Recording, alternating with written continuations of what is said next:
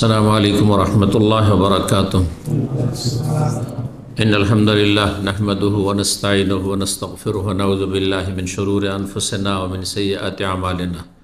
मन यहदिहिल्लाहु फला मुदिल्ल लहु व मन युद्लिल फला हादिय लहु व अशहदु अन ला इलाहा इल्लल्लाह वहदहु ला शरीका लहु व अशहदु अन्न मुहम्मदन अब्दुहु व रसूलुहु सल्लल्लाहु तआला अलैहि व अला आलिहि व सहबिहि व सल्लम तस्लीमान कसीरा। अम्मा बाद। सम्मानित भातृमंडলী, আল্লাহ রাব্বুল আলামিনের প্রশংসা এবং প্রিয় নবী সাল্লাল্লাহু আলাইহি ওয়াসাল্লামের ওপর সালাত ও সালামের পর আজ বৃহস্পতিবার 19শে মুহররম 1446 হিজরি মোতাবেক 25শে জুলাই 2024 আমাদের বিষয়ভিত্তিক সাপ্তাহিক আলোচনা। আজকের বিষয়বস্তু এমন একটি বিষয় যা আমাদের প্রত্যেকের সাথে জড়িত, কারণ আমরা মানুষ, আর মানুষ ভুলের ঊর্ধ্বে কেউ নয়। মানুষের ভুল ত্রুটি হবেই, গোনাহ হবে, আর ভুল ত্রুটি হলে, গোনাহ হলে তার মোচন, তার ক্ষমার, তাতে থেকে মুক্তি লাভের উপায় অবশ্যই আমাদেরকে জানতে হবে। রাসূলুল্লাহ সাল্লাল্লাহু আলাইহি ওয়াসাল্লাম বলেছেন, কুল্লু বানি আদম খাত্তা, প্রত্যেক আদম সন্তান হচ্ছে ভুলকারী। ওয়া খায়রুল খাত্তাইনা তাওয়াবুন, আর সবচাইতে ভালো ভুলকারী হচ্ছে যে তওবা করে নেয়। তো তওবা, ভুল করলে তওবা, এটা প্রায় মুসলিম ভাই বোনদের জানা আছে, কিন্তু এছাড়াও অনেক বিষয় রয়েছে যেগুলি মানুষের গুনাহ মোচন করে থাকে। তাহলে আজকের মূল বিষয়বস্তু পাপ মোচনকারী 10টি বিষয়। অল্প সময়ে সংক্ষেপে আপনাদের সামনে এই 10টি বিষয় পেশ করব। আল্লাহ রাব্বুল আলামিন যেন তৌফিক দান করেন। কিছু আয়াত থেকে আলোচনা করি যে আয়াতগুলিতে কি বলা হয়েছে এই মর্মে। সূরা নিসার আয়াত নম্বর 31-এ আল্লাহ রাব্বুল ইরশাদ করেছেন, ইন তাজতানিবু কাবাইরা মা তুনহাউনা আন নুকাফির আনকুম মিন সাইয়্যাতিকুম নুকাফির আনকুম সাইয়্যাতিকুম ওয়া নুদখিলকুম মুদখালান কারীম। তোমরা যদি কাবিরা গুনাহ থেকে বেঁচে থাকো, যা তোমাদের নিষেধ করা হয়েছে, ইন তাজতানিবু কাবাইরা, কাবিরা বড় পাপ থেকে বেঁচে থাকো, মা তুনহাউনা আনহু, যেগুলি থেকে তোমাদেরকে নিষেধ করা হয়েছে, বারণ করা হয়েছে। তাহলে বড় গুনাহ থেকে শক্তভাবে বারণ করা হয়েছে। মানে ছোটোখাটো ভুল সাগিরা নিষেধ অবশ্যই, কিন্তু নিষেধ হইলেও মানুষের হবেই ছোটোখাটো ভুল। কিন্তু কাবিরা গুনাহ হবে একজন মুসলিমের জীবনে, তার মানে তার ইমানে, তার ইসলামে বড় ধরনের ত্রুটি আছে, দুর্বলতা আছে। তো আল্লাহ এই জন্য বলছেন যে তোমরা যদি কাবিরা গুনাহ থেকে বেঁচে থাকো, যা তোমাদের নিষেধ করা হয়েছে, তাহলে নুকাফির আনকুম সাইয়্যাতিকুম, তোমাদের গুনাহগুলিকে মোচন করে দেব। সাইয়্যাত সাধারণত ছোট গুনাহকে বলা হয়। তাহলে ছোট গুনাহ থেকে মুক্তি লাভের উপায় হচ্ছে, বা ছোট গুনাহ মোচনের উপায় হচ্ছে কাবিরা থেকে বড় গুনাহ থেকে বেঁচে থাকা। আপনি প্রতিদিনের হিসাব করেন, যদি কাবিরা গুনাহ থেকে বেঁচে থাকতে পারেন, তাহলে ছোটোখাটো যে গুনাহগুলি হচ্ছে সারা দিনে, যতক্ষণ আপনি জেগে আছেন, ঘুমালে মানুষের ওপর থেকে কলম উঠিয়ে নেওয়া হয়েছে। কারণ ঘুমের অবস্থায় মানুষের কোনো সংকল্প থাকে না, কোনো কথা বললেও সংকল্প করে বলে না নিদ্রায় থাকলে। নুদখিলকুম মুদখালান কারীমা, এবং সম্মানজনক স্থানে তোমাদেরকে প্রবেশ করাবো, অর্থাৎ জান্নাত দেব। তাহলে কাবিরা থেকে বেঁচে থাকলে সাগিরাগুলিকে, গোনাহকে মাফ করে দেবেন, গোনাহ মোচনের উপায়, আর আল্লাহ জান্নাত দেবেন, এ ওয়াদা করেছেন। সূরা মায়েদার আয়াত নম্বর 65-তে আল্লাহ ইরশাদ করছেন ইহুদি খ্রিস্টানদের সম্পর্কে, যে তারা আগের যে ধর্মের ওপর ছিল সেটা রহিত হয়ে গেছে, এবং তারা বিকৃত করেছে। এক তো ধর্ম বিকৃত, কারণ তাওরাত ইনজিল আসল অবস্থায় নেই, তাতে আল্লাহর কথা কোনগুলি, আর তাদের যারা ধর্মগুরু পুরোহিত, তাদের কথা কোনগুলি সব একাকার করে ফেলেছে। কিন্তু আল্লাহ রাব্বুল আলামিন কোরআনে কারীম হেফাজত করেছে, তাতে মানুষের কোনো কথা নেই। শুরু থেকে শেষ পর্যন্ত সব কালামুল্লাহ, আল্লাহর বাণী, এতে কোনো সন্দেহ নেই। কারণ আল্লাহ স্বয়ং এর হেফাজতের দায়িত্ব নিয়েছেন, এমনকি হাদিসের হেফাজতের দায়িত্ব নিয়েছেন।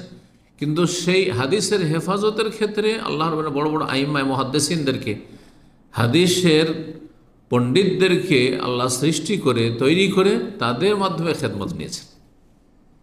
কিন্তু কোরআন কারীম মের হেফাজত, শব্দের হেফাজত, অর্থের হেফাজত, সব কিছু। কেউ যদি অর্থের বিকৃতি ঘটিয়ে অপব্যাখ্যা করে থাকে তো তার খণ্ডনের জন্য আল্লাহ আইম্মা কেরামদেরকে তৈরি করেছেন, বড় বড় আলেম তৈরি করেছেন। তো আল্লাহ বলছেন ওয়ালাউ আন্না আহলাল কিতাবে আমানু ওয়াত্তাকাউ, যদি আহলি কিতাব ইহুদি খ্রিস্টানরা ঈমান নিয়ে আসত। ঈমান নিয়ে আসা মানে শুধু আল্লাহর প্রতি ঈমান নয়, ঈমানের যে 6টি স্তম্ভ রয়েছে তার মধ্যে একটি হচ্ছে রসুলের প্রতি ঈমান। আর রসুলের প্রতি ঈমান মানে সমস্ত নবী রসুলগণের প্রতি ঈমান নিয়ে আসতে হবে। শুধু মুসা আলাইহিস সালামকে মানলে হবে না, শুধু ঈসা আলাইহিস সালামকে মানলেও হবে না, বরং আমরা যেমন মুসা ঈসা আলাইহিস সালামকে মানি তেমনই তাদেরকেও মানতে হবে রাসূলুল্লাহ সাল্লাল্লাহু আলাইহি সাল্লাম শেষ নবীকে। তারা যদি ঈমান নিয়ে আসত, আমরা তাওরাতে বিশ্বাস করি, আল্লাহর কিতাব ছিল, ইনজিলে বিশ্বাস করি, আল্লাহর কিতাব ছিল, কোরআনে বিশ্বাস করি। তারা তাওরাত ইনজিল বিকৃত করেছে, তারপরে বিশ্বাস করে, কিন্তু কোরআন বিশ্বাস করে না, সুতরাং মুমিন না, কাফের। তারা যদি ঈমান নিয়ে আসত, ঈমানদার হয়ে যেত, ওয়াত্তাকাউ এবং পাপ মুক্ত হয়ে যেত, বেঁচে থাকতো পাপ থেকে, মদ থেকে বেঁচে থাকতো, অবাধ মেলামেশা তাদের মধ্যে, এটা কোনো ব্যাপার। নর নারীর কোনো তাদের ধারণাই নেই, সেন্সই নাই যে পুরুষ আর নারীর কোনো পার্থক্য রয়েছে পশ্চিমা সমাজে। আর এক শ্রেণীর মুসলিমরা, জন্মসূত্রে মুসলিম, তারা তাদের গোলামি করে যাচ্ছে, মনে করছে মনে হয় অবাধ মেলামেশা করলে আর নোংরামি করলে, অশ্লীলতায় ডুবে গেলে, জেনা ব্যভিচারে ডুবে গেলে, মদ খেলে মনে হয় উন্নতি করা যাবে। এই জন্য আল্লামা শেখ সালেহ ফৌজান হাফিজাহুল্লাহ তাআলা বলেছেন যে আমাদের উচিত ছিল মুসলিম জাতির, যারা পশ্চিমা প্রভাবিত কাফেরদের গোলামি করছে, তাদের উচিত ছিল তাদের ভালো দিকগুলো নেওয়া। ভালো দিক হচ্ছে দুনিয়ার ক্ষেত্রে কীভাবে তারা উন্নতি করলো, তা আমরা ওইভাবে তো উন্নতি করার চেষ্টা করব। সেগুলো নেওয়ার তৌফিক হলো না, সেগুলো নিতে পারলো না মুসলিম জাতি। কিন্তু যত নোংরামি তাদের আছে সবগুলি তাদের আকিদায়, এবাদতে, আখলাকে, চরিত্রে, সব কিছুতে বাড়ি ঘর ভর্তি হয়ে গেছে মুসলিমদের। যা কাফেরদের ঘরে যে সব নোংরামি রয়েছে, মুসলিমদের ঘরে নোংরামি রয়েছে, ইল্লা মান রাহিমাল্লাহ, শেষ 1000 1জন 2জন যাদের আল্লাহ হেফাজত করেছেন, যারা চেষ্টা করেছে। আল্লাহ হেফাজত করুন। যদি তারা ঈমান নিয়ে আসতো আর তারা তাকওয়া অর্জন করতো, লাকাফারনা আনহুম সাইয়্যাতিহিম, তাহলে তাদের গুনাহগুলিকে মোচন করে দিত। তাহলে গুনাহ মোচনের আরেকটি উপায় হচ্ছে ঈমান এবং তাকওয়া, দুটো বিষয় এখানে, ঈমান তাকওয়া।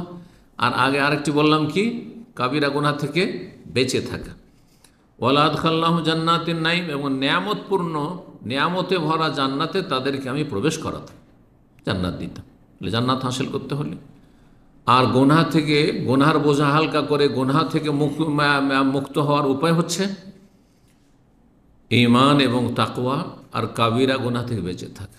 আমি প্রতিদিনের হিসাব করেন যে আজকে আমি বড় গুনাহ করিনি, আল্লাহর হকের ক্ষেত্রে, মানুষের হকের ক্ষেত্রে 5 ওয়াক্ত সালাতে কোনো ঘাটতি করেননি, সুতরাং কাবিরা গুনাহ হয়নি। যেসব হারাম না যায় সেগুলোর কোনোটাই করেননি, তাহলে আপনি কাবিরাতে বেঁচে আছেন। তাহলে আপনাকে ভালো করে একটু হিসাব নিকাশ করতে হবে, কারণ অনেকে হিসাব করেন, মোটা খান মোটা বুঝেন। আপনি গীবত করছেন, আপনি চুগলখড়ি করছেন, আপনি সীমা লঙ্ঘন করে দিলেন, কাবিরা গুনাহ করলেন। বেঈমানি করছেন, অপরাধকে অপরাধী মনে করছেন না, কারণ ঈমানে দুর্বলতা আপনার, এমনটা যেন না হয়। যাই হোক, এই আয়াতগুলির আলোকে কিছু কথা বললাম গুনাহ মোচনের বিষয়ে। এখন 10টি পয়েন্ট সংক্ষেপে বলি। 1 নম্বর পয়েন্ট হচ্ছে গুনাহ মোচনের জন্য, পাপ থেকে মুক্তি লাভের জন্য, পাপ হয়ে গেছে পাপের বোঝা হালকা করা, এক কথা তওবা করা। তওবা মানে ফিরে চলে আসে, আপনি ভুল পথে গেছেন, সোজা পথে ফিরে চলে আসে। রাস্তার যেমন সংশোধন করেছে দুনিয়ার ক্ষেত্রে, তেমনি দিনের ক্ষেত্রে রাস্তার সংশোধন করে। শয়তানের দিকে চলে গেছেন, রবের দিকে ফিরে আসেন। মসজিদ বিমুখ হয়ে গেছেন, মসজিদে ফিরে আসেন। আল্লাহ থেকে উদাসীন গাফেল হয়ে গেছেন, এখন আল্লাহকে বেশি বেশি স্মরণ করুন, তওবা, ফিরে আসেন, ইউটার্ন। সূরা নূর আয়াত নম্বর 31 আল্লাহ ইরশাদ, ওয়া তুবু ইলাল্লাহি জামিআন আইয়ুহাল মুমিনুনা লাআল্লাকুম তুফলিহুন, তোমরা হে মুমিন সকলে আল্লাহর কাছে তওবা করো, যাতে তোমরা সফলতা লাভ করতে পারো, সফল কাম হতে পারে। তওবা সম্পর্কে আশা করি আপনাদের জানা আছে। ইমাম ইবনুল কাইয়িম রাহিমাহুল্লাহ বলছেন এই তওবা সম্পর্কে, তওবার কয়টি শর্ত? 3টি শর্ত আল্লাহর হকের ক্ষেত্রে। বান্দার হক যদি হয় 3টির সাথে আর একটি সংযোজন করতে হবে। ইবনুল কাইয়িম বলছেন হিয়া নাদামু আলা মা সালাফা মিনহু ফিল মাদি, অতীতে যা হয়েছে তার উপর অনুতপ্ত হওয়া। বড় লজ্জিত, আমি মুসলিম, কি করি অপরাধগুলি করলাম, এই গুনাহ করলাম। ওয়াল ইখলা আনহু ফিল হাল, অতীতে যা হয়েছে তার উপর লজ্জিত হওয়া। বর্তমান কাল 3টি, বর্তমানে কি করা? বন্ধ করা, গুনাহ বন্ধ করা, থামিয়ে দেন গুনাহকে। গুনাহ আপনার জীবন থেকে বন্ধ হয়ে গেছে। ওয়াল আজমু আলা আল্লাহ ইউআউযিহু ফিল মুস্তাকবাল, আর আগামী ফিউচার, আগামীতে এই গুনার দিকে আর কখনো ফিরবেন না। অতীতের উপর লজ্জিত হওয়া, বর্তমানে সংশোধন করে না যে এই গুনাহ আমি আর করছি না, থামিয়ে দিয়েছেন আপনি। আর আগামীর জন্য প্রতিজ্ঞা করা যে আমি জীবনে আর এইসব পাপের দিকে ফিরে যাব না। আল্লাহর হকের ক্ষেত্রে, মানুষের হকের ক্ষেত্রে এই 3টি শর্ত। অতিরিক্ত মানুষের হক যদি হয় তাহলে কি শর্ত?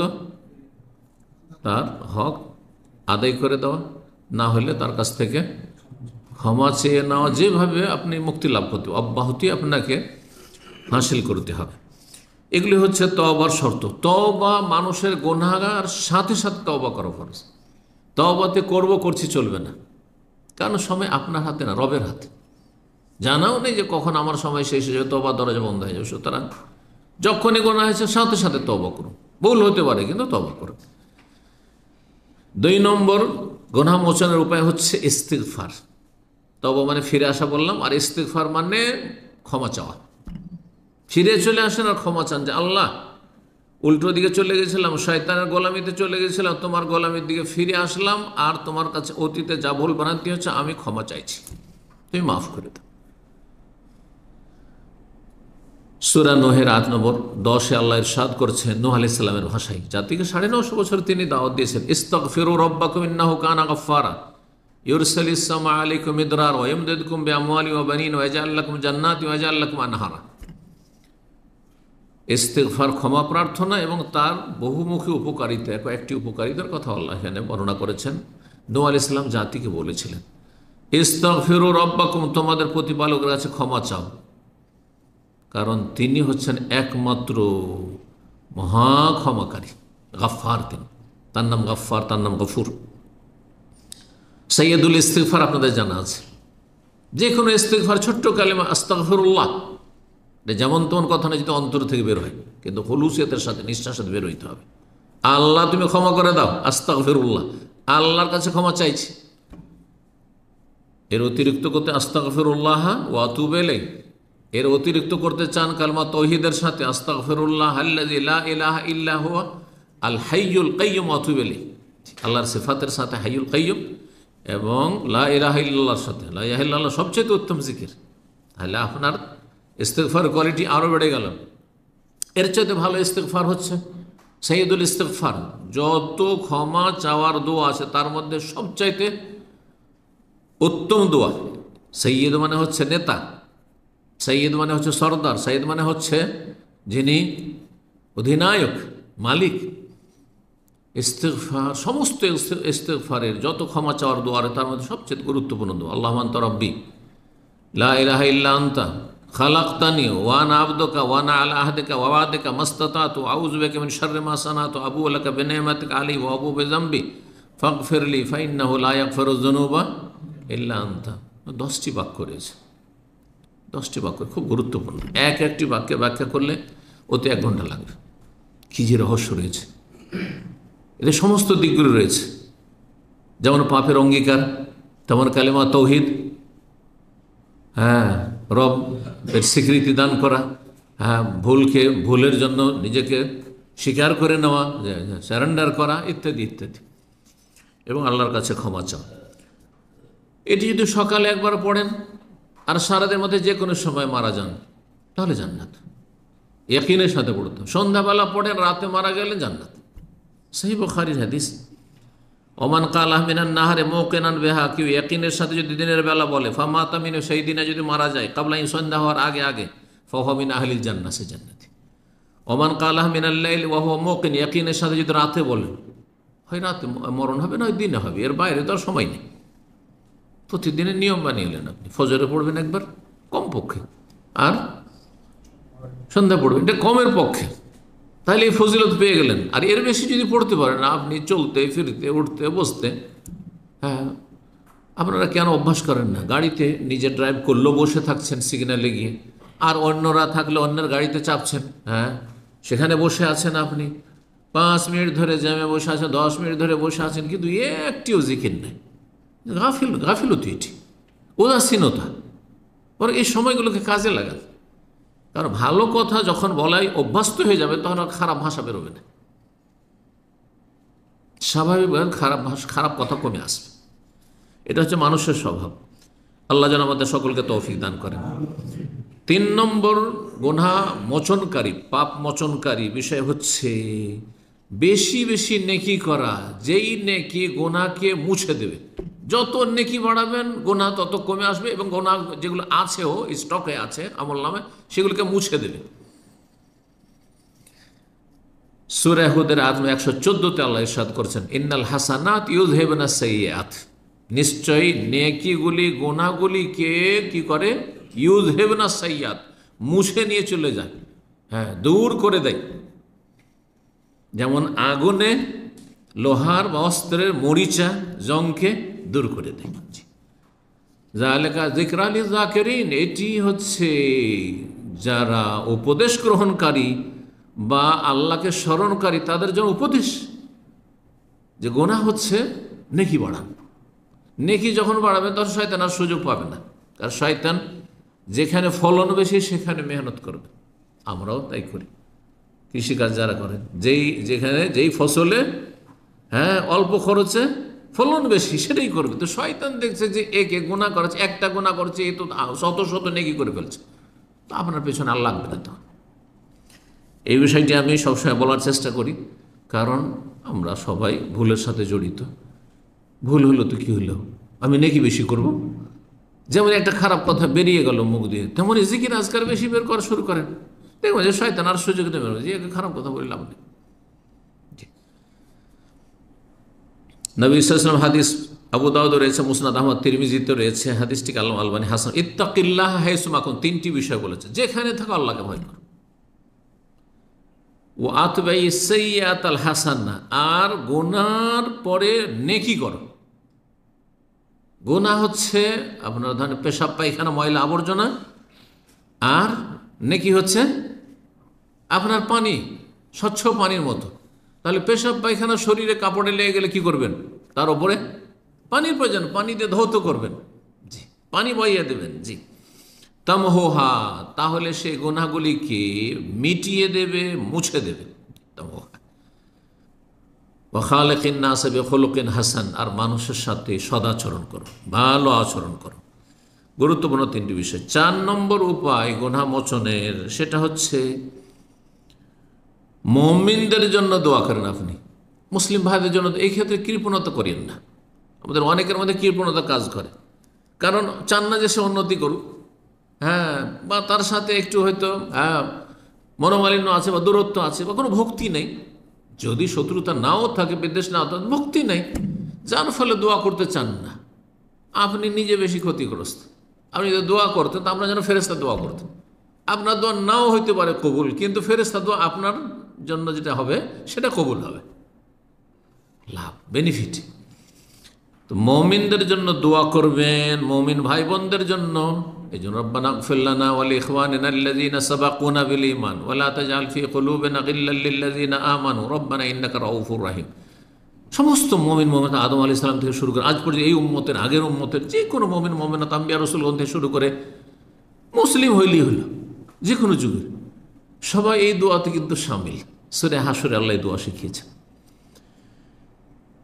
আর ফেরেশতারাও দোয়া করে মুমিনদের জন্য, মুমিন মুসলিমের জন্য ফেরেশতারা দোয়া করে।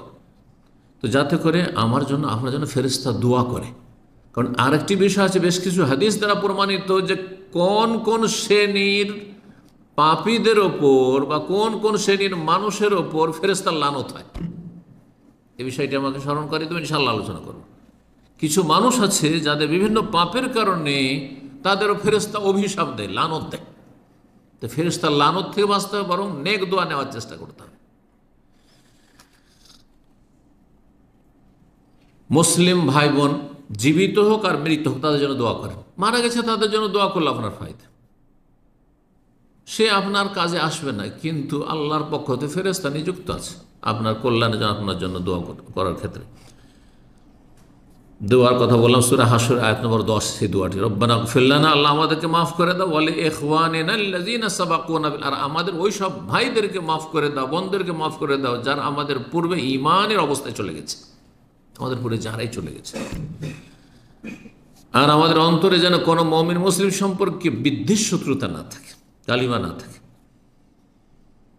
উম্মু দারদা রাদিয়াল্লাহু তাআলা আনহা, নবী সাল্লাল্লাহু আলাইহি ওয়াসাল্লাম একজন সাহাবিয়া মহিলা, তিনি বর্ণনা করছেন আন্না রাসূলুল্লাহ কানা ইয়াকুল, রাসূলুল্লাহ সাল্লাল্লাহু আলাইহি ওয়াসাল্লাম বলতেন, এই হাদিসটি, দাওয়াতুল মারইল মুসলিমি লিআখিহি বিযাহরিল মুস্তাজাবাতুন, মুসলিম ভাই যদি আরেক মুসলিম ভাইয়ের জন্য তার চোখের অন্তরালে, আড়ালে, যদি সামনে নয়, তার সামনে অনেক সময় লোক দেখানো চামচামি দোয়া হয়, যার সাথে স্বার্থ জড়িত আছে, খুব দোয়া দিলেন, কারণ ওকে আপনি কি করতে বেলুন মতো ফোলাতে চাইছেন আপনি, বুঝছেন না?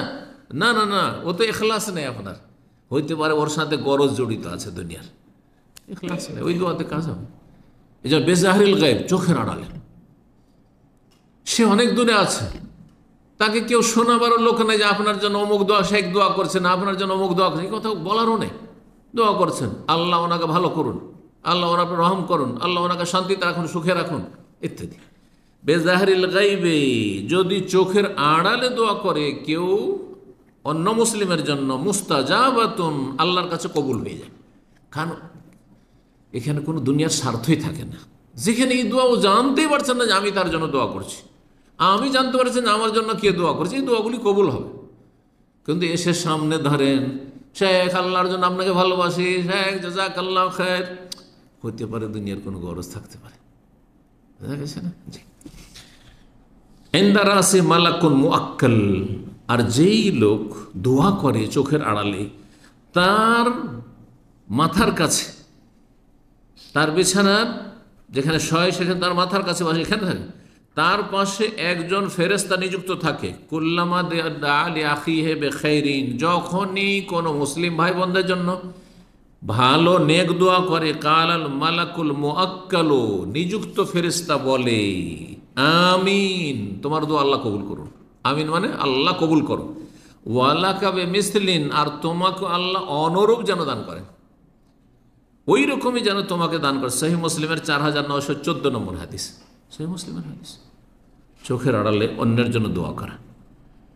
আচ্ছা, যে কোনো মুসলিমের জন্য এই দোয়া করলে যখন ফায়দা, তো চোখের আড়ালে যদি আপনার স্ত্রীর জন্য দোয়া করেন, স্ত্রী যদি স্বামীর জন্য চোখের আড়ালে দোয়া করে, ইখলাস আছে না নেই? আরে সামনাসামনি স্ত্রী ভালো খাওয়াচ্ছে, খুব আদর করছে, খুব মায়া মমতা দেখাচ্ছে, আল্লাহ তোমাকে সুখের, আল্লাহ তোমাকে সারা জীবন ভালো রাখো, ইত্যাদি রাখো, এখানে আপনার আকৃষ্ট করার উদ্দেশ্য থাকতে পারে, হ্যাঁ, তার মন জয় করার উদ্দেশ্য থাকতে পারে, তার কাছে কিছু স্বার্থ হাসিল করার উদ্দেশ্য থাকতে পারে, স্বামীর কাছ থেকে কিছু স্বার্থ হাসিল করার উদ্দেশ্য থাকতে পারে। কিন্তু স্বামী আছে ডিউটিতে, স্বামী আছে প্রবাসে, স্ত্রী আছে দেশে, আর দোয়া করছেন, ইখলাস আছে, ইখলাস আছে। কারণ এখানে আপনি দোয়া করছেন না করছেন স্ত্রী জানছে না, আর স্ত্রী আপনার জন্য দোয়া করছেন না করছে আপনি জানছেন না। ইজহারিল গায়ব, চোখের আড়ালে। আল্লাহ যেন তৌফিক দান করেন। ফেরেশতাদের দোয়ার কথা শোনেন তাহলে।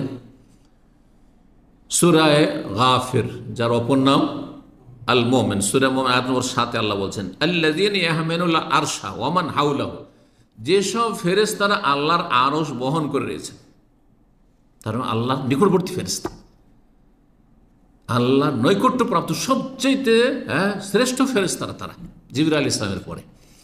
ওমান হাওলাহু, এবং চারপাশে, আরশের চারপাশে যে অসংখ্য ফেরেশতা রয়েছেন, ইউসাব্বিহুনা বিহামদি রব্বির, প্রশংসার সাথে সাথে তাসবিহ করে, ওয়া ইউমিনুনা, আল্লাহর প্রতি ঈমান রাখে, ওয়া ইস্তাগফিরুনা লিল্লাযিনা আমানু, এবং মুমিন মুসলিমদের জন্য তারা আল্লাহর কাছে ক্ষমা প্রার্থনা করে, ইস্তিগফার করে, আল্লাহ মুমিন মুসলিমদেরকে মাফ করে দাও, ক্ষমা করে দাও।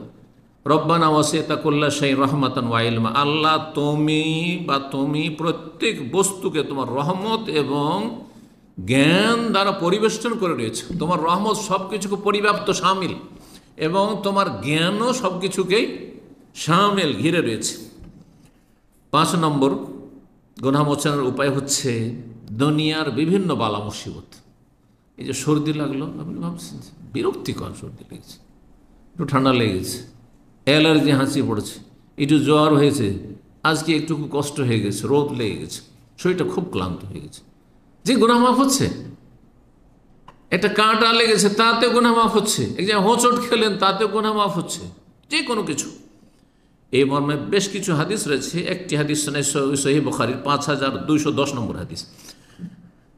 আবু সাঈদ খুদরি এবং আবু হুরায়রা রাদিয়াল্লাহু তাআলা আনহু বর্ণনা করছেন, নবী সাল্লাল্লাহু আলাইহি ওয়াসাল্লাম বলেন, মা ইউসিবুল মুসলিমা, যে কোনো বিপদ আপদ আপতিত হয় কোনো মুসলিমের ওপর, মিন নাসাবিন আও ওয়াসাবিন ওয়ালা হাম্মিন ওয়ালা হাজান, সেটি কোনো নাসাব মানে কোনো কষ্ট হোক, আঘাত কষ্ট, ওয়ালা ওয়াসাব অথবা কোনো ব্যাধি রোগ হোক, ওয়ালা হাম্মিন অথবা কোনো দুশ্চিন্তা হোক, ওয়ালা হাজানিন অথবা কোনো শোক হোক। দুশ্চিন্তা আর শোক, এগুলো প্রত্যেকটাতে পার্থক্য রয়েছে। মানুষের টেনশন, দুশ্চিন্তা হয়, হ্যাঁ, ভবিষ্যতে নিয়ে যে কী হবে কী হবে, আর বর্তমানে যে আপনার বিপদ আপদ এসছে, ওতে শোকের ছায়া নেমে আসে। পার্থক্য আছে এই শব্দগুলিতে। ওয়ালা আজান অথবা কোনো কষ্ট হইল, ওয়ালা গাম্মিন অথবা কোনো মনোকষ্ট, গম মানে দুশ্চিন্তা হইল, হাত্তা শৌকাত ইউশাকুহা, এমনকি কাঁটাও যদি কোনো জায়গায় লাগে শরীরে, ইল্লা কাফার আল্লাহ বিহা মিন খাতায়াহু, আল্লাহ গুনার মোচন করেন। শব্দগুলি এসে কাফারা, কাফারা মানে হচ্ছে মোচন করা। যেন বিভিন্ন গুনার জন্য কিছু কিছু কাজের জন্য কাফারা আছে না নেই? যেন কসম করেছেন, তার কসম ভেঙে দিলেন, কি বলা হচ্ছে? কসমের কাফারা। মানে কসম আসল হচ্ছে ওয়াফাজু হাইমানাক, আল্লাহ বলছেন কসম করেছে, কসমকে রক্ষা করো, হেফাজত করো, মানে কসমের উপর অটল থাকো। যদি সেটা গুনার কাজ না হয়, গুনার কাজ হয় ছেড়ে দিতে হবে, আল্লাহর অসন্তুষ্টি কাজ, আমি ওর সাথে কথা বলবো না, তাহলে ভুল আপনি কসম করেছেন, তাহলে আপনি ভুল থেকে ফিরে আসুন আর কাফারা দিয়ে দিন। কসম করলেন তো কাফারা দেন। এই বিভিন্ন কাজে যে কাফারাগুলি রয়েছে, তো কাফার আল্লাহ বিহা মিন খাতায়, গুনাহকে আল্লাহ মোচন করে দিয়ে থাকেন। তিরমিজির আরেকটি হাদিস রয়েছে আবু হুরায়রা থেকে বর্ণিত রাদিয়াল্লাহু তাআলা আনহু, রাসূলুল্লাহ বলেন, মা ইয়াজালুল বালাআ বিল মুমিনি ওয়াল মুমিনাতি, মুমিনের উপর বালা মুসিবত নেমে আসে, ফি নাফসিহি, তার জীবনের ক্ষেত্রে, ওয়া ওয়ালাদি, ছেলে মেয়েদের ক্ষেত্রে, আপনার শারীরিক মানসিক কোনো যন্ত্রণা, অথবা ছেলে মেয়েদের উপর বিপদ আপদ, অথবা অমালিহি, ধন সম্পদের উপর বিপদ আপদ, হাত্তা ইয়ালকাল্লাহ তাআলা, যে কোনো বিপদ আপদ আসুক না কেন, আল্লাহর সাথে যখন মিলিত হবে, হ্যাঁ, মওতের পরে, ওমা আলাইহি মিন খাতিয়া, কোনো গুনাহ থাকবে না, গুনাহ কমতি আছে, যত বালা মুসিবত নিয়ে। কারণ দুনিয়ার শাস্তি হালকা জাহান্নামের শাস্তির তুলনায়, কবরের শাস্তির তুলনায়, হাসর মাঠের বিচার দিবসের ভয়াবহতার তুলনায়। দুনিয়াতে যদি একটু কষ্ট হয়েছে, তা আখিরাতের কষ্ট নেই। জি, নবী সাল্লাল্লাহু আলাইহি ওয়াসাল্লাম যখন মৃত্যু যন্ত্রণা হচ্ছিল, তখন ফাতিমা রাদিয়াল্লাহু তাআলা আনহা, ছোট মেয়ে, আব্বা আপনার খুব কষ্ট হচ্ছে। ওয়াকার বাবা, আমার আব্বার খুব কষ্ট হচ্ছে, খুব যন্ত্রণা, মৃত্যু যন্ত্রণা হচ্ছে। নবী সাল্লাল্লাহু আলাইহি ওয়াসাল্লামের মৃত্যুর যন্ত্রণা প্রচণ্ড অনুভব করছেন মেয়ে। বলছেন তিনি সান্ত্বনা দিয়ে, লা কারবা আলা আবিকে বাদাল ইয়াউম, আজকের পরে তোমার বাবার ওপর কোনো মুসিবত নেই, মর্যাদা উঁচা করার জন্য।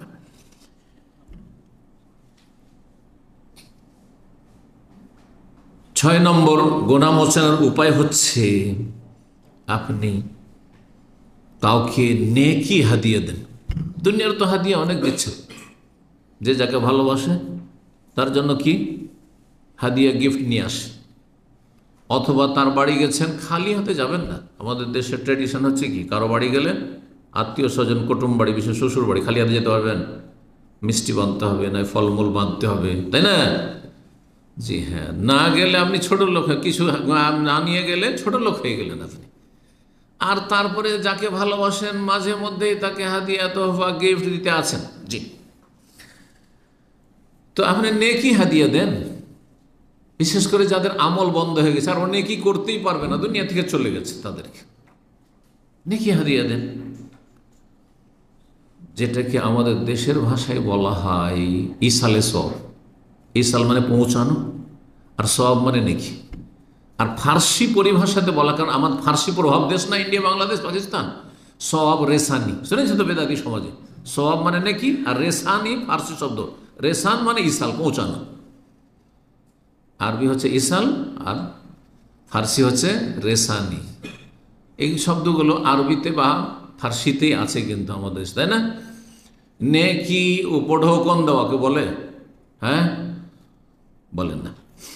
তো যারা বলে তাদের ক্ষেত্রে একটি কথা জেনে রাখুন, তার অধিকাংশ বেদাতি পন্থায় নেকি পৌঁছায়, যার ফলে কোনো লাভ হয় না। যে পৌঁছায় তারও লাভ হলো না, আর যাকে দিল তারও লাভ হলো না।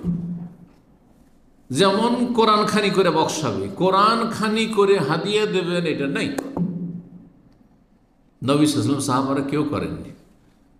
আপনি নামাজ পড়বেন, কেবল এই নামাজটা আমি বক্সে দিলাম, এই 1000 বার আমি জিকির করলাম, জিকিরটা আমি বক্সে দিলাম। বক্সা দেওয়া বলে না, বকশিস, বকশিস থেকে বক্সা দেওয়া মানে দান করে দিলাম, হ্যাঁ দিয়ে দিলাম, এটা নেই। কিন্তু যেটা আছে সেটা করতে হবে। এই জন্য আমার একটি আলোচনা আছে যে মৃত ব্যক্তিকে ইসালে সওয়াব বা নেকি পৌঁছানো খুব গুরুত্বপূর্ণ আলোচনা। সুন্নতি তরিকা, দোয়া দিয়ে, হজ দিয়ে, উমরা দিয়ে, হ্যাঁ সাদকা দান, সাদকা করে, আর্থিক ইবাদত বন্দেগী করে। জি, আপনি স্থায়ী সাদকা, আপনি মসজিদ তৈরি করে দিলেন, মাদ্রাসা তৈরি করে দিলেন, একটা এতিম ছেলে মানুষ করে দিলেন, আপনার মৃত বাবা মায়ের জন্য এরকম জনকল্যাণমূলক কাজ করলেন, আপনি একটা টিউবওয়েলের ব্যবস্থা দিলেন, এইভাবে গরিবের বাড়িঘর তৈরি করে দিলেন। যতদিনই বাড়িঘর থাকলো, মসজিদ থাকলো, মাদ্রাসা থাকলো, ততদিন পর্যন্ত নেকি সাদকায় জারিয়ে চালু আছে। সুন্নতি তরিকাগুলি বাদ দিয়ে বেদাতি তরিকা অবলম্বন করে। জি, তারপরে যদি রোজা থেকে যায় অসুস্থ ব্যক্তির, কাজা করতে পারেনি, তার আগে মারা গেছে, মাঝখানে সময় পেয়েছিল, কিন্তু যদি সেই অসুস্থতে মারা যেত করতে হবে না, প্রয়োজন নেই। কিন্তু মাঝখানে কাজা করার সুযোগ পেয়েছিল, করছে, আর হঠাৎ করে মারা গেল, তাহলে তার আত্মীয়রা কাজা করে নেবে। সহিহ মুসলিম হাদিস, এজা মাতাল ইনসান, মানুষ যখন মারা, ইনকাতানু আমালু, তার আমলগুলি বন্ধ হয়ে যায়, নিজের আমল বন্ধ হয়ে গেছে, আর নেকি বাড়বে না, যা করার করে নিছে। আপনার আব্বা, আপনার আম্মা, আমার আব্বা আম্মা রাহিমাহুমুল্লাহ, আল্লাহ রহম করেন, জান্নাতুল ফিরদৌস দান করেন, তাদের গুনাহ খাতা মাফ করেন, আমাদেরকে তাদের সাথে একত্রিত করেন জান্নাতুল ফিরদৌসে। আমল বন্ধ হয়ে গেছে, ইল্লা মিন সালাসা, তিনটি তাদের নেকি করা থেকে পৌঁছতে পারে, আর আপনিও পৌঁছতে পারেন, নিজে নেকি করে গিয়েও পৌঁছতে পারে। একটা হচ্ছে কি সাদাকাতে, যার নিজেই দান করে গেছে, নিজে একটা মসজিদ তৈরি করে গেছে, তাহলে ওটার নেকি চলতে আছে। যেমন নেকি চলতে থাকে, গুনাহও চলতে থাকতে পারে। সিনেমা হল তৈরি করে গেছে, গ্রামে একটা পাপের জায়গায় তৈরি করে গেছে, হ্যাঁ গ্রামে এই পাপটা জানতো না, সেই পাপটা চালু করে গেছে, সেখানে কুপ্রথা চালু করে গেছে, বেদাত চালু করে গেছে, ও বেদাতের গুনাহ পৌঁছিতে আছে। এটা মাজার তৈরি করে গেছে, এই শিরকের গুনাহ তার বোঝার উপর আসতে আছে যারা করে গেছে সেখানকার। এই জন্য শুধু সাদকা জারিয়া নয়, যেমন নেকি জারিয়া হয় তেমন গুনাও জারিয়া হয়, গুনাও কন্টিনিউ হয়। সতর্ক, সাবধান। আপনি ভালো রাস্তা খুলে যাবেন, মন্দ রাস্তা খুলবেন না আপনার জীবনে, আল্লাহ তৌফিক দান করুন। আও ইলমিন ইউনতাফা বিহি, যদি এলেম ছেড়ে যেতে পারেন, আলোচনা দিনই, আপনার মাধ্যমে 10টা লোক হেদায়েত হয়েছে, এই 10টা লোকের, হ্যাঁ একজনের 5জন 10জন করে সন্তান, আর এগুলো তো হইল, হেদায়েত হইল, যে তারা সহিহ আকীদা এসেছিল, তারা ধার্মিক হয়েছিল, তাদের ছেলে মেয়েরা ধার্মিক হইল, আর তারপরে তাদের মাধ্যমে যারা হেদায়েত হলো, সবগুলি কিন্তু আপনার অ্যাকাউন্টে আসতে আছে, এক ভাগ করে, এক ভাগ আসতে আছে। তাহলে চিন্তা করুন, আপনার প্রথম 10 জন দিয়ে শুরু হলো, কিন্তু এই 10 জন থেকে একজন ধরেন যদি 10 জন করে করে, তো কতজন হয়ে গেল? হাজার হাজার মানুষ উপকৃত হয়েছে আপনার এলেম দিয়ে। এইরকম লিখন, যে কোনো এলেম ছেড়ে গেছেন, আওয়ালাদিন সালিহিন, অথবা নেক সন্তান রেখে গেছেন, নেক সন্তান, এটা আপনার জন্য সাদকা জারিয়া। ওয়াদউ লাহু, তাহলে এমনি সন্তান ছেড়ে গেলে হবে না, অসৎ সন্তান, পাপী সন্তান, বেদিন, বেনামাজি, নাস্তিক, মুশরিক, মাজার পূজারী, বেদাতি ছেড়ে গেছেন, কোনো লাভ নেই, গুনার বোঝা। সহিহ মুসলিমের 3084 নম্বর হাদিস। 7 নম্বর গুনাহ মোচনকারী হচ্ছে সুন্দরভাবে উজু করা। উজু করবেন তো একটু যত্ন সহকারে, খুব সজাগ, কোনো জায়গায় শুকনো না থেকে যায়। অনেক সময় উজু করছেন, এদিকটা শুকনো থেকে গেল, এইদিকে অনেকেই খেয়াল করেন না, কিন্তু এই দিকটাও ধুইতে হবে একবার। কানের কাছ, কান পর্যন্ত, কানের ছিদ্রে তো ঢুকাবেন না, কিন্তু কান পর্যন্ত এই যে জায়গাটা আছে, এখানে ধরেন দাঁড়িয়ে আছে না, আর তারপরে যে জায়গাটা আছে যেখানে আপনার পশম নেই, দাঁড়িয়ে নেই, সেই জায়গাটা ধুইতে হবে। অনেকে শুকনো রেখে দেয়, এই জায়গাগুলো অনেক সময় শুকনো থেকে যায়। জি, অনেক সময় টাকানা শুকনো থেকে গেল। আর তারপরে ইসবাগুল উজু, পূর্ণরূপে সুন্দর উজু করা হচ্ছে 3 বার করে উজু করা। এটা সবচেয়ে সুন্দর উজু। সেজন্য একবারে যা ওয়াজিব, 2 বার করলে তার চাইতে ভালো। 3 বার করে যদি অঙ্গগুলি ধৌত করেন তাহলে সেটা আরও ভালো। পূর্ণরূপে উজু করার এই দিকগুলি রয়েছে।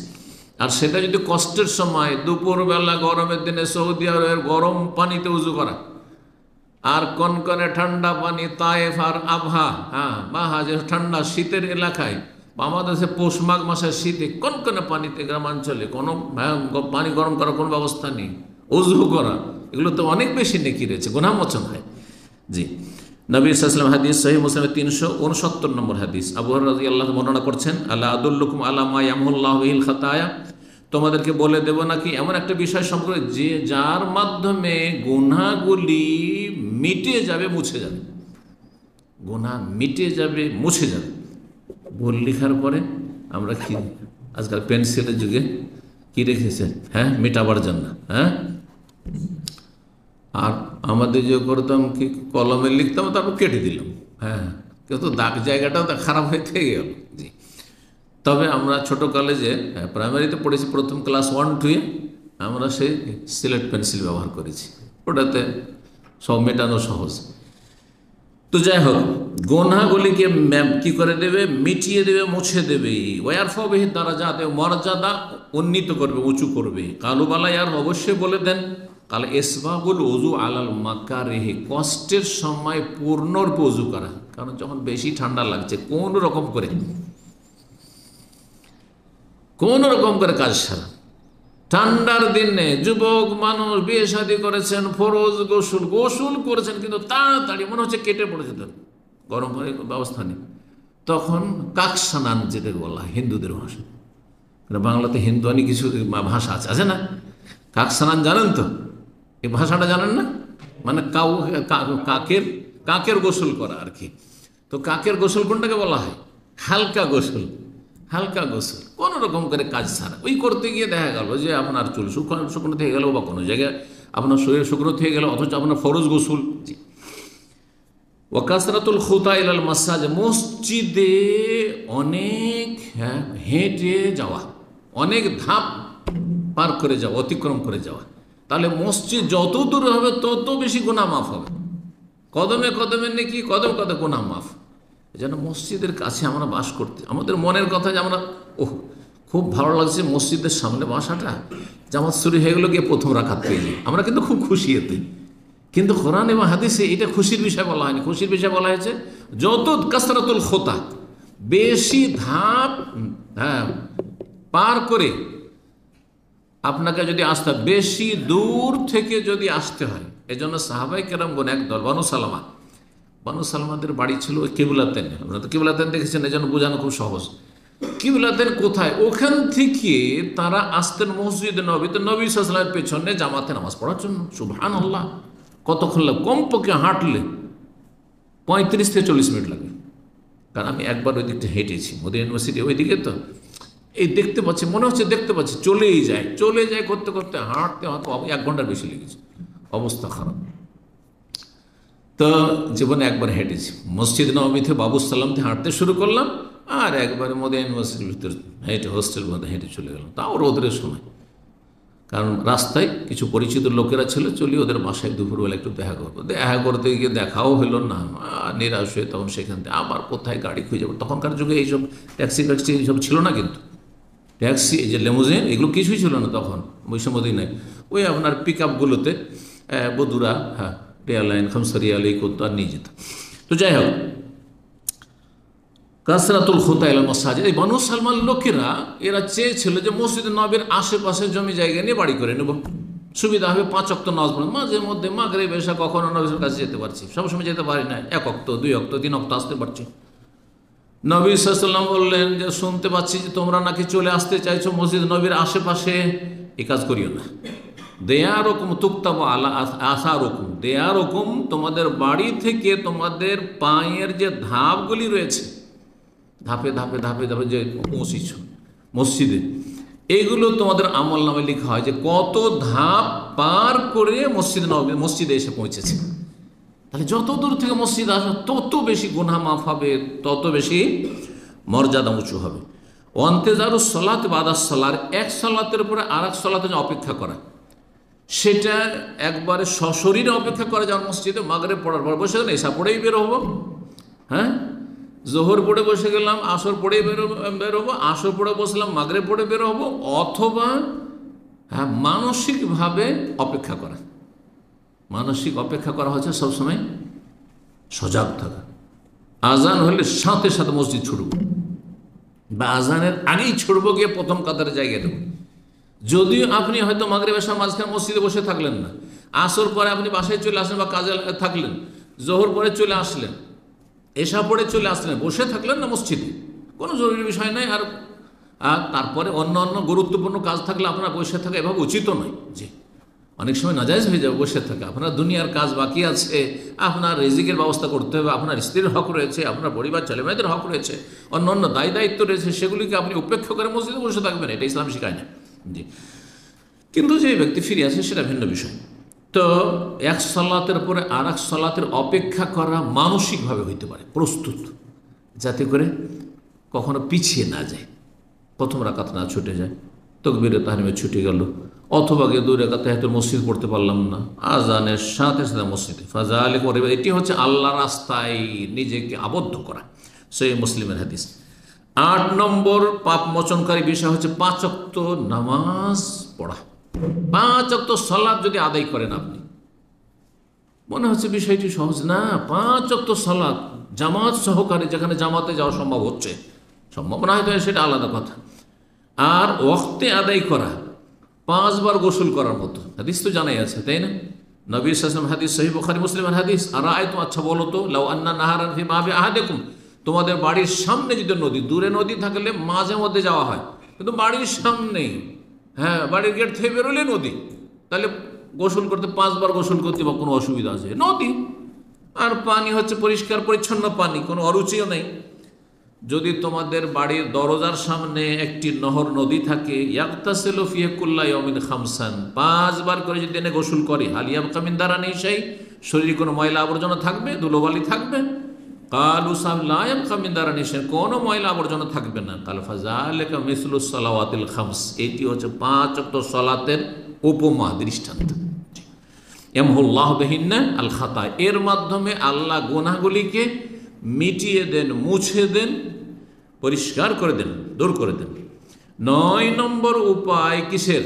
গুনাহ মোচনের রাসূলুল্লাহ সাল্লাল্লাহু আলাইহি ওয়াসাল্লামের সুপারিশ। এটা আখিরাত, দুনিয়াতে সুপারিশ তো আর নেই, নবী সাল্লাল্লাহু চলে গেছেন, তাই না, দুনিয়া থেকে। এই সুপারিশটা কখন হবে? বিচার দিবসে, ইয়াউমুল কিয়ামা, হাসর মাঠে হবে। গুনাহ নিয়ে চলে গেছেন, এই গুনাহ যদি থেকেই যায় আর মাঝখানে কোনো সুপারিশের ব্যবস্থা না হয়, তাহলে জাহান্নামে যেতে হবে, কিছুদিন হলেও যেতে হবে। এইখান থেকে বাঁচার জন্য, গুনাহ মুছে দেওয়ার জন্য, হাসর মাঠেও গুনাহর বোঝা আপনার উপর আছে আর আপনার আমলনামাতে আছে, রাসূলুল্লাহ সাল্লাল্লাহু আলাইহি ওয়াসাল্লাম শাফাআত পেয়ে গেলেন, গুনাহ থাকা সত্ত্বেও কি হয়ে গেল? জান্নাতে চলে গেলেন, আপনি জাহান্নামে যেতে হলো না।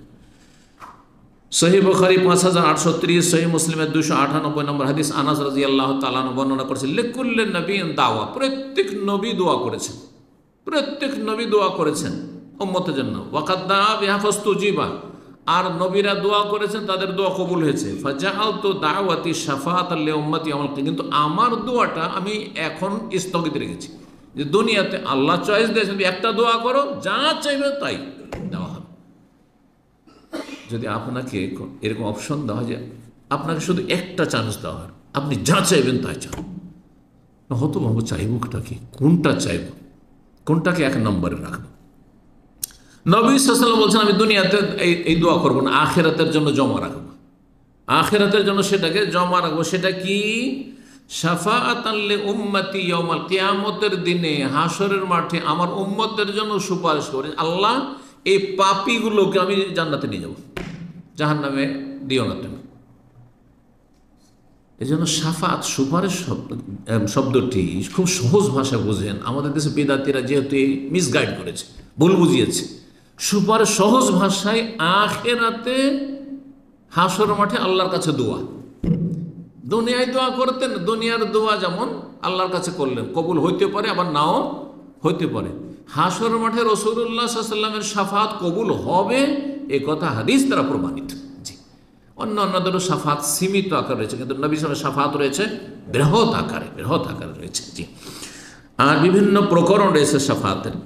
তো নবী সাল্লাল্লাহু আর শাফাত কার জন্য? নেক লোকদের জন্য শাফাতের প্রয়োজনই নেই। মর্যাদা উঁচা করার জন্য শাফাত হবে, যেন জান্নাতি, আপনারা সবাই জান্নাতি, জাহান্নামের সম্মুখীন না, তারপরও শাফাত হবে কিসের জন্য? গ্রেডটা বাড়াবার জন্য, আরো উঁচা করার জন্য মর্যাদা। কিন্তু আসল শাফাত কাদের জন্য? যাদের জন্য জাহান্নাম ওয়াজিব হয়ে গেছিল, অবধারিত হয়ে গেছিল।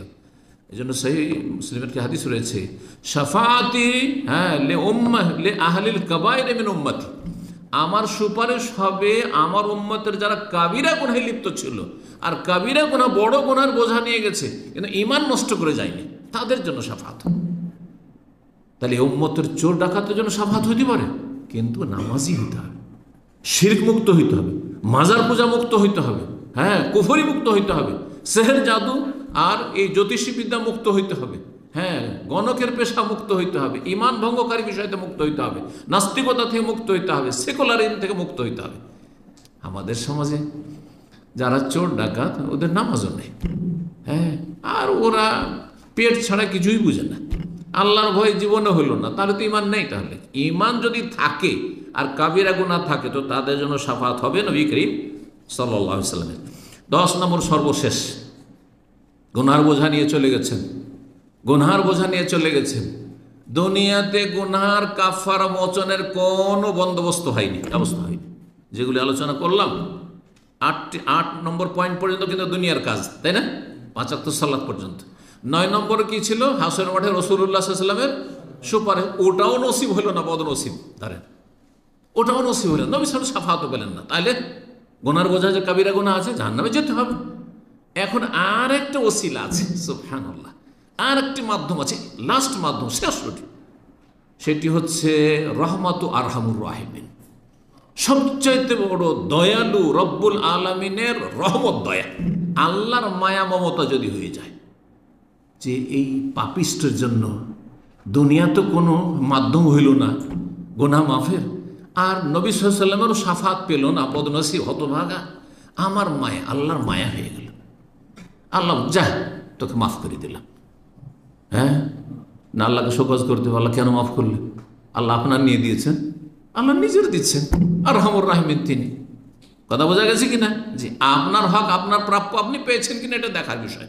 জি, এই মর্মে হাদিস শোনেন, হাদিস সুপারিশের লম্বা হাদিসের একটা অংশ। আল্লাহ তাআলা বলবেন শাফাতিল মালায়েকা, ফেরেশতারাও সুপারিশ করেছে, যার জন্য করার করেছে, ফেরেশতার সুপারিশ অনেকে পেয়েছে। ওয়াশাফান নবী, নবীরাও সুপারিশ করেছে যারা পাওয়ার পেয়েছে। ওয়াশাফাল মুমিন মুসলিম আলেম ওলামা আল্লাহর নেক বান্দা তারাও সুপারিশ করেছে, সীমিত তাদেরও সুপারিশ, হ্যাঁ বিভিন্ন সুপারিশ। ওয়ালাম ইয়াবকা ইল্লা আরহামুর রাহিমিন, এখন এক সত্তাই বাকি আছেন, তিনি হচ্ছেন সমস্ত দয়ালুদের মহান দয়ালু আরহামুর রাহিমিন। আল্লাহু আকবার। ফায়াকবিযু কবযাতা মিনান নার, জাহান্নামের আগুনে চলে গেছে কাবিরা গুনার কারণে, চোর ডাকাত আর বিভিন্ন পাপী সব জাহান্নামে জ্বলছে। আল্লাহ এক মুষ্টি তার মুষ্টি দ্বারা নেবেন, আল্লাহ রাব্বুল আল্লাহর মুষ্টি আল্লাহর মতো, আল্লাহর হাত আল্লাহর মতো, আল্লাহ নেবেন, আল্লাহর মুষ্টি নেবেন। কোনখান থেকে নেবেন?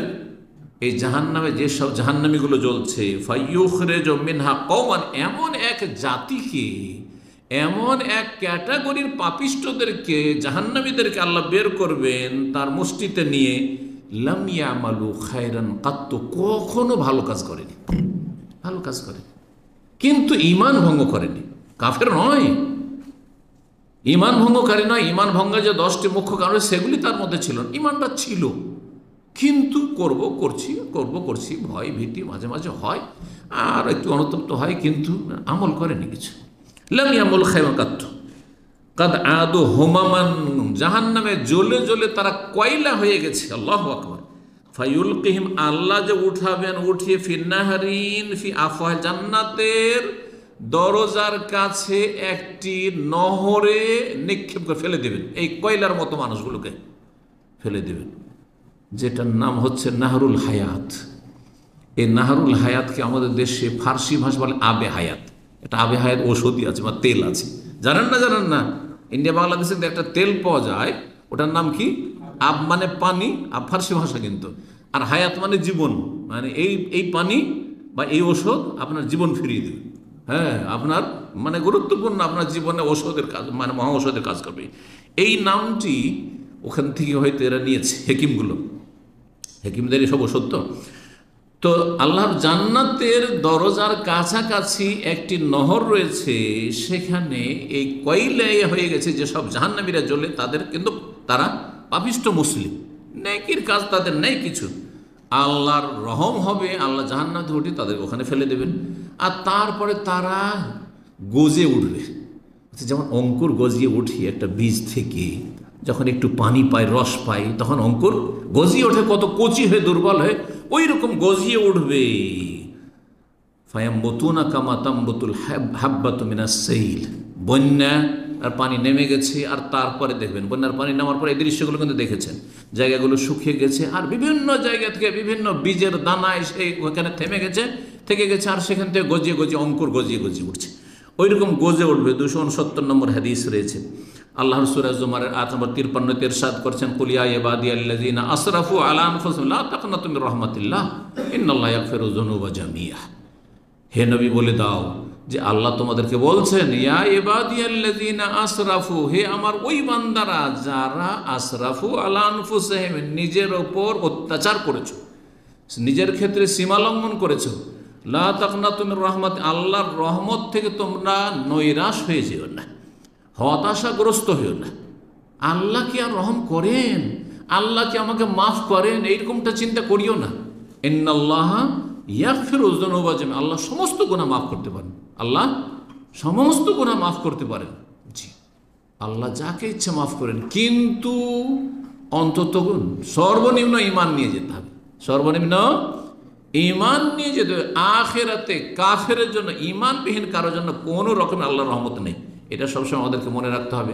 আল্লাহ রাব্বুল আলামিন, লা তাকনাতু মির রাহমাতিল্লাহ ইন্নাল্লাহা ইয়াগফিরু যুনুবা জামিআ ইন্নাহু হুয়াল গফুর রহিম, আল্লাহ হচ্ছেন গফুর, বড় মার্জনাকারী এবং বড়ই দয়ালু। আল্লাহ রাব্বুল আলামিন যেন আমাদের গুনাহ খাতা মাফ করেন, নেক আমলে তৌফিক দান করেন, এবং ভুল ভ্রান্তি হলে আল্লাহ রাব্বুল আলামিন বেশি বেশি নেকির মাধ্যমে, আর এই সমস্ত যে 10টি আর মধ্যে 8টি প্রথম ওসিলা যেগুলি আমাদের নিজের কর্ম, এগুলি বেশি বেশি আমাদের জীবনে নিয়ে আসার, আমল করার তৌফিক দান করেন। ওয়া সাল্লাল্লাহু ওয়া সাল্লাম নবিয়ানা মুহাম্মদ ওয়া আলা আলিহি ওয়া সাহবিহি আজমাইন।